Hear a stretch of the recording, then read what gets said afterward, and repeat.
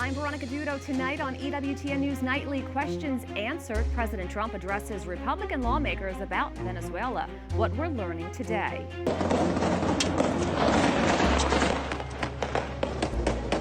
Fallout in Caracas, why shots rang out in Venezuela's capital city. Session begins as lawmakers return to the Hill. We look at the major issues they'll be tackling and what it means for you. Plus, 2 celebrations in one. Why the Epiphany celebration in Rome has extra importance today. These stories and more tonight. From EWTN, the Global Catholic Network, this is EWTN News Nightly.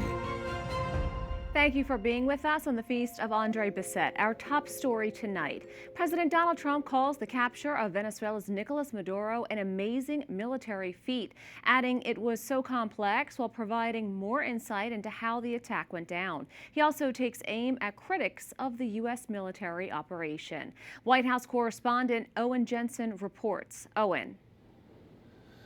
Veronica, as they head into the critical midterm season, President Donald Trump addressed GOP lawmakers today with a pep talk of sorts, touching on many subjects, including Venezuela, which drew a round of applause.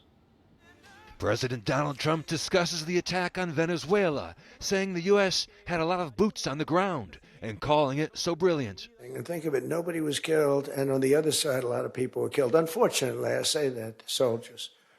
Cubans, mostly Cubans, but many, many killed. And they knew we were coming. He said the U.S. caught them by surprise. The electricity for almost the entire country was, boom, turned off. That's when they knew there was a problem. There was no electricity. Caracas said, there's no electricity. It's not the only people with lights were the people that had candles. President Trump described the mission to capture Maduro as brilliant tactically and an incredible thing, and slammed those who opposed it. You know, at some point they should say, you did a great job. Thank you. Congratulations. Wouldn't it be good? I would say that if they did a good job. Their philosophies are so different. But if they did a good job, I'd be happy for the country. They've been after this guy for years and years and years. The speech today comes amid mounting concerns that the administration is embarking on a new era of U.S. expansionism without consultation with lawmakers or a clear vision for running the South American country. Stephen Miller, the White House Deputy Chief of Staff, said in an interview that the United States is in charge and is running Venezuela during this transition period. But we live in a world, in the real world, Jake, that is governed by strength, that is governed by force, that is governed by power. These are the iron laws of the world that have existed since the beginning of time. President Trump also said today that Maduro is a violent guy who's killed millions of people, and he added there's a torture chamber in the middle of Caracas that's now being closed up. At the White House, Owen Jensen, EWTN News Nightly.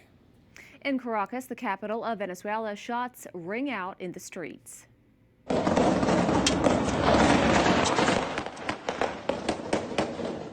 This happened last night near the presidential palace. Security forces fired at unidentified drones overhead. The U.S. says it's aware of the gunfire but was not involved. It's been 3 days since the strikes, and Venezuelans continue to survey the damage and begin the recovery process. Reporter Andres Enriquez from our Spanish-speaking news agency spoke to one family in Caracas who say they experienced a miracle. How does a large-scale bombing sound?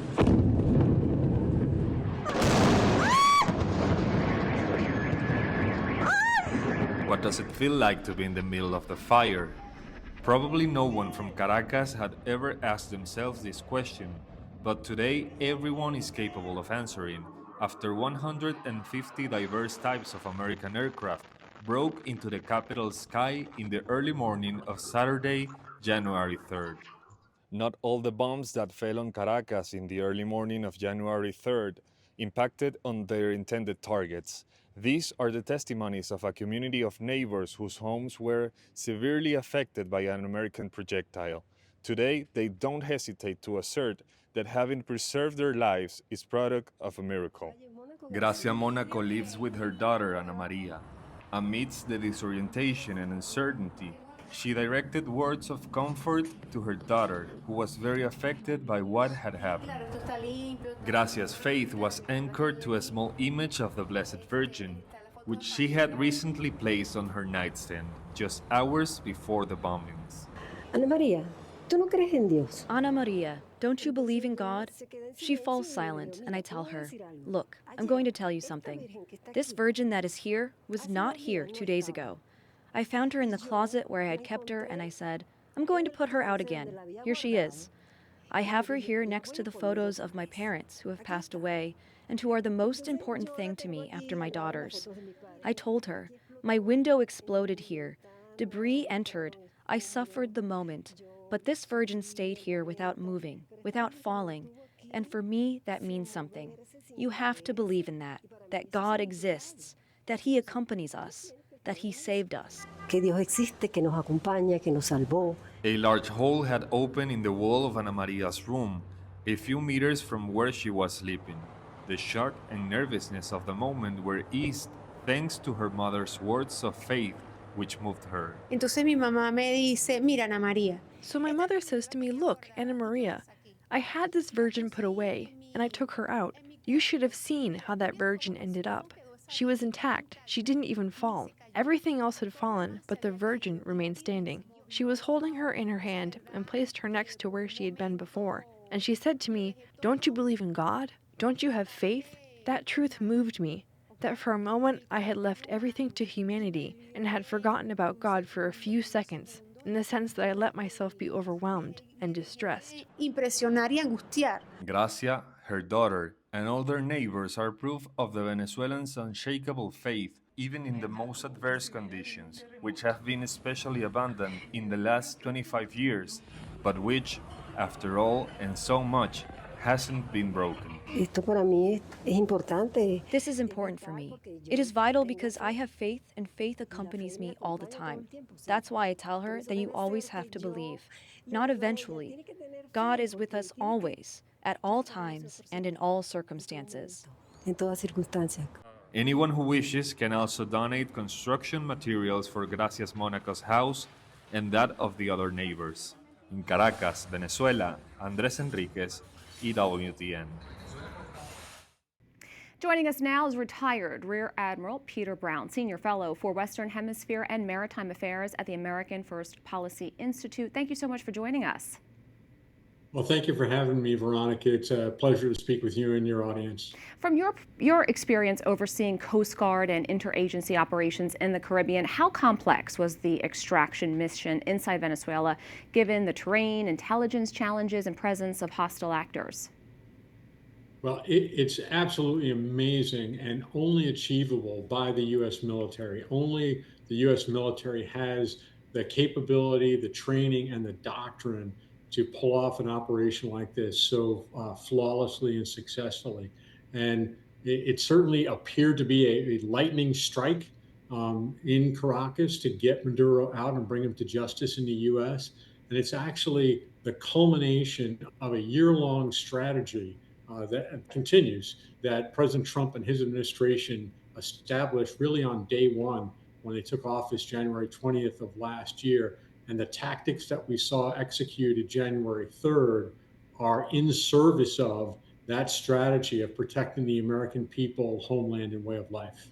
Now, of course, a lot is being made about the legality of it. Do you have any thoughts when it comes to that particular topic? Absolutely. So the U.S., at its founding, in its wisdom, established that we might need to criminalize activity outside the United States that was designed to harm the United States.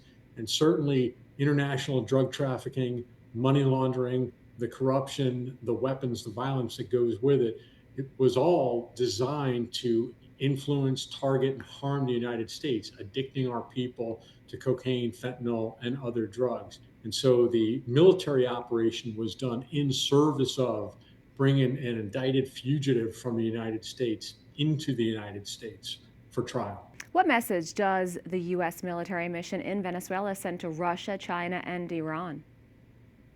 Well, President Trump outlined the Don Roe doctrine, right? A logical progression to the Monroe Doctrine, the Roosevelt Corollary, and that is that extra hemispheric actors have no business militarily, commercially, or really profiteering from the resources, assets, and minerals of our hemisphere. And so this illicit trade in oil between Venezuela, China, Cuba, Russia, Iran, and some of the other things that have been going on, including the importation of precursor chemicals from China to Mexico, that is all coming to an end, and the U.S. is going to push back hard. Rear Admiral Peter Brown, thank you so much. Thank you, Veronica. Top Senate and House lawmakers comprising of the Gang of Eight attended a briefing Monday night about the capture of Nicolas Maduro. While Republicans left supporting the president's actions, Democrats say they now have more questions than answers. When the United States engages in this kind of regime change and so-called nation building, it always ends up hurting the United States. I left the briefing feeling that it would again. The U.S. military operation in Venezuela was a decisive and justified action. Nicolas Maduro is responsible for the deaths of untold thousands of Americans after years of trafficking illegal drugs and violent cartel members into our country. The speaker went on to praise the military personnel who executed the successful operation with speed, precision, and power. The briefing was carried out by Secretary of State Marco Rubio, Secretary of War Pete Hegseth, and other top officials. As the capture of Nicolas Maduro is examined and the leadership of Venezuela is debated, talk of another country's future is entering the discussion.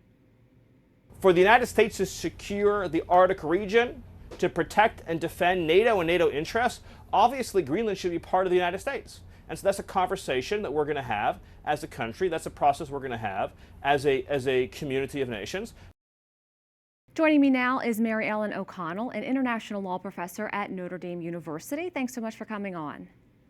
Thank you for having me. So this week, President Trump again discussed the importance of Greenland to the U.S. from a national security standpoint, but he didn't explain how this would be accomplished. What actions do you think the administration might take, if any? Well, I worry they might take actions similar to what they did in Venezuela, and that, of course, was a serious violation of international law. They used military force to remove the sitting head of government and to leave a vacuum that was filled by the vice president. Taking such military action against Greenland would be a very serious violation and probably would require more than simply taking the leader of Greenland out of the country, because the country of Denmark has sovereignty over Greenland. That's a NATO member, and they would probably do what they could to reinstate whoever was removed and ensure that no U.S. troops or other forces could come to Greenland. So it's a very serious statement that the president has made. It's very worrying for all of our allies, but it should be very worrying to the American people. What happened in Venezuela violated peremptory norms, the most serious principles of international law we have. We could make that worse with regard to Greenland, Cuba, Panama, other places President Trump has mentioned. So the limited strike is, of course, being debated, and a lot we'll probably see come out through different court systems. What impact do you think this could have on NATO? Well, it's having already very serious consequences. Members of NATO, I've even seen commentary, and I understand why it's being said, it will be the end of NATO if the United States violates Denmark's sovereignty over Greenland. The alliance exists to defend the sovereignty and the territorial integrity of the member states. So if one of those members, especially the leader, violates those fundamental rights, then why have the alliance at all? And that's what's being discussed right now. The hope is that the members of the alliance will encourage President Trump to respect international law, respect international boundaries, the sovereign rights of states, members of the United Nations, human rights in general, and that he will never again take an action as he did in Venezuela in such grave violation of international law. Now, Greenland's new foreign security and defense strategy for 2024 through 2033, titled Greenland in the World nothing about us without us. It's a way for Greenland to be more independent, shifting away from Denmark. Greenland wants to pursue greater independence. Could the Trump administration offer Greenland a deal that helps them achieve their goals? They don't need a deal with the United States to help them achieve their goal. If it is to have complete sovereignty on their own, independence from Denmark, there's already a law from 2009 in which Denmark and the people of Greenland have agreed that they can move out of autonomy, which they have now, domestic autonomy, to full sovereign independence with no ties to Greenland or to Denmark at all. That's already fully part of the law between these two jurisdictional entities, and I have no doubt that Denmark will fulfill its whatever the people of Greenland request. So there's no need for any help from the United States for this path to continue. The people of Greenland have full confidence that if they decide for full independence, Denmark will grant that. It's already, Denmark is a country that's really committed to the rule of law. It's not going to violate a commitment that it made to the people of Greenland. That's clear to me. Mary Ellen O'Connor, thank you so much. Thank you very much for the questions. While the capture of Nicolas Maduro remains a hot-button topic, lawmakers also face a stack of high-profile issues to kick off this election year that will likely influence voters in November. Capitol Hill correspondent Eric Rosales joins us with more on the challenges facing lawmakers. Eric. Well, good evening, Veronica. Right now, the biggest challenge for lawmakers is time. Current government funding ends January 30th. Also, the House and Senate are working on bills limiting President Trump's ability to use military force without congressional approval. And that's not all. Obamacare health subsidies need to be addressed.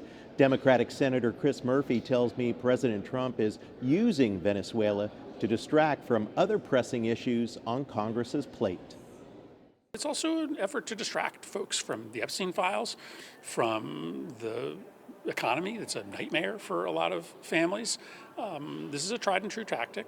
Expired Obamacare subsidies remain a key issue. Democratic Senator Jeanne Shaheen is heading up bipartisan efforts to find a solution. I'm hopeful that we can get some agreement that will provide relief for the millions of people who are going to lose their health insurance if we don't act. This week, the House will vote on the discharge petition to extend the Obamacare subsidies for 3 years. It's expected to pass with Republican support, but could end up in the Senate graveyard. There is no reason why this legislation, upon successfully being voted out of the House, shouldn't be taken up immediately by the Senate and passed. The only obstacle is John Thune and Senate Republicans. The influential House Freedom Caucus sent House Speaker Mike Johnson a letter outlining policies they want to see accomplished in 2026. Pass fiscally responsible appropriation bills, codify President Trump's border security actions, reform health care by investing in health savings accounts, and pass pro-life legislation to close loopholes in Obamacare allowing taxpayer dollars for abortions. Democratic Senator Peter Welch says pro-life policies are a big hang-up. The status quo is what we have to keep. This should not be turned into a debate about the Hyde Amendment. It should be about making certain that folks have health care. So could we see another government shutdown? Lord, I hope not, but anything's possible because we can't go at it alone. In the House, they can. In the Senate, it's going to take 60 votes, which requires bipartisan support, unfortunately. So again, the clock is ticking to get the government funding bills passed before the January 30th deadline. We also have some sad news to share with you. Lawmakers are mourning the loss of California Republican Congressman Doug LaMalfa. He passed away this morning at the age of 65. The cause is not yet clear, but our prayers go out to his family. At least for now, that leaves House Republicans with a slimmer majority, only 218 Republicans to 213 Democrats in the House, meaning that the GOP can only lose about 2 defections on any party line vote, assuming that all members are present. At the Capitol, Eric Rosales, EWTN News Nightly.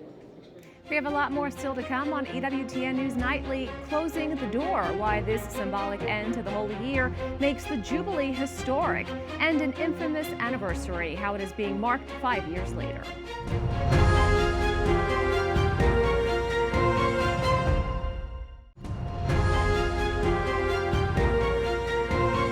Welcome back. Ukraine's allies have agreed to provide Kyiv with multi-layered security guarantees as part of a proposal to end Russia's nearly 4-year-long invasion. At a high-level meeting in Paris, leaders from Europe and Canada, along with U.S. representatives, pledged equipment and training for Ukraine's front lines, forces backed by air, land, and sea support to deter future Russian attacks. The size of the supporting forces was not made public, and elements of the plan remain unclear. President Volodymyr Zelensky says the commitments will still need ratification. Allies say they will monitor any ceasefire and support Ukraine's defense long term. U.S. envoy Steve Witkoff says Washington strongly stands behind the guarantees. Today marks 5 years since the deadly January 6th insurrection at the U.S. Capitol. In 2021, pro-Trump protesters entered the Capitol demanding the results of the 2020 election be overturned. Parts of the building were destroyed. More than 1,000 people were charged by the Justice Department in connection with the incident. However, they were later pardoned by President Trump when he took office again in 2025. Earlier today, a march was held in Washington, D.C. to remember the people who lost their lives in the attack. January 6 defendants and their supporters held signs and waved American flags as they walked the same path to the U.S. Capitol. Abortion will remain legal in Wyoming. In a ruling today, the state Supreme Court struck down laws, including one that explicitly banned abortion pills. It was the first such law in the United States. The justices sided with the state's only abortion clinic and others who sued over the laws passed since 2022. Today, Pope Leo and the rest of Italy celebrated the solemnity of the Epiphany and the close of the historic Jubilee year by shutting the holy door of St. Peter's Basilica. EWTN News Vatican correspondent Valentina Di Donato has more. With grateful hearts, we attempt to close this holy door, crowded by a multitude of faithful, certain that the Good Shepherd always keeps the door of his heart open to welcome us whenever we feel tired and oppressed.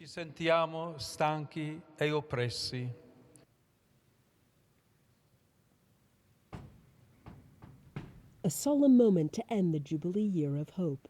Today, Pope Leo XIV carried out the rite of closing the holy door in the Basilica. It symbolizes the formal conclusion of the Holy Year, a year that will be remembered as historic. For the first time in 325 years, 2 popes presided over one Jubilee. Pope Francis opened the holy doors on December 24, 2024, but it ended today with Pope Leo.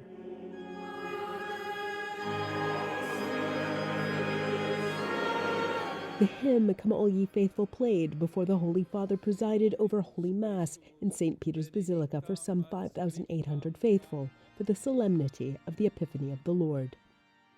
La porta santa di questa basilica. The holy door of this basilica, which today is the last to be closed, has seen a stream of innumerable men and women, pilgrims of hope, journeying toward the New Jerusalem, the city whose doors are always open. Who were these men and women, and what motivated them? At the end of this Jubilee year, the spiritual searching of our contemporaries, much richer than perhaps we can comprehend, invites us to earnest reflection. Molto più ricca di quanto forse possiamo comprendere.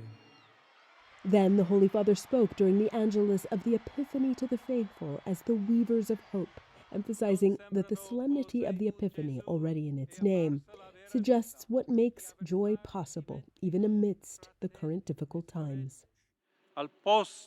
In the place of inequality, may there be fairness, and may the industry of war be replaced by the craft of peace. As weavers of hope, let us journey together towards the future by another road. In Rome, Valentina Di Donato for EWTN News Nightly. Up next on EWTN News Nightly, polar plunge. Why plunging into icy waters is a tradition for Turkish Christians.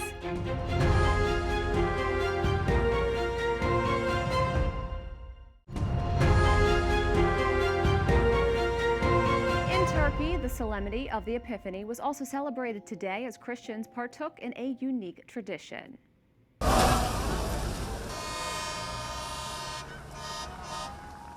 Worshippers mark the feast by diving into the chilly waters of the city's historic Golden Horn. It's done to commemorate the baptism of Jesus Christ in the River Jordan. During the ceremony, a priest blesses the waters and throws a wooden cross into the waterway. According to tradition, the person who retrieves the cross will be freed from evil spirits and remain healthy throughout the year. This year, it was a Greek swimmer, Vasilis Konstantinidis, who retrieved the wooden crucifix. He promised he will be back in 2027. The Epiphany is also celebrated in some Western Christian churches as Three Kings Day, which marks the visit of the three wise men to the baby Jesus and closes out the Christmas season. We thank you for watching tonight. Remember, you can follow us on social media, Facebook, X, YouTube, and Instagram at EWTN News Nightly. I'm Veronica Dudo. Good night and God bless.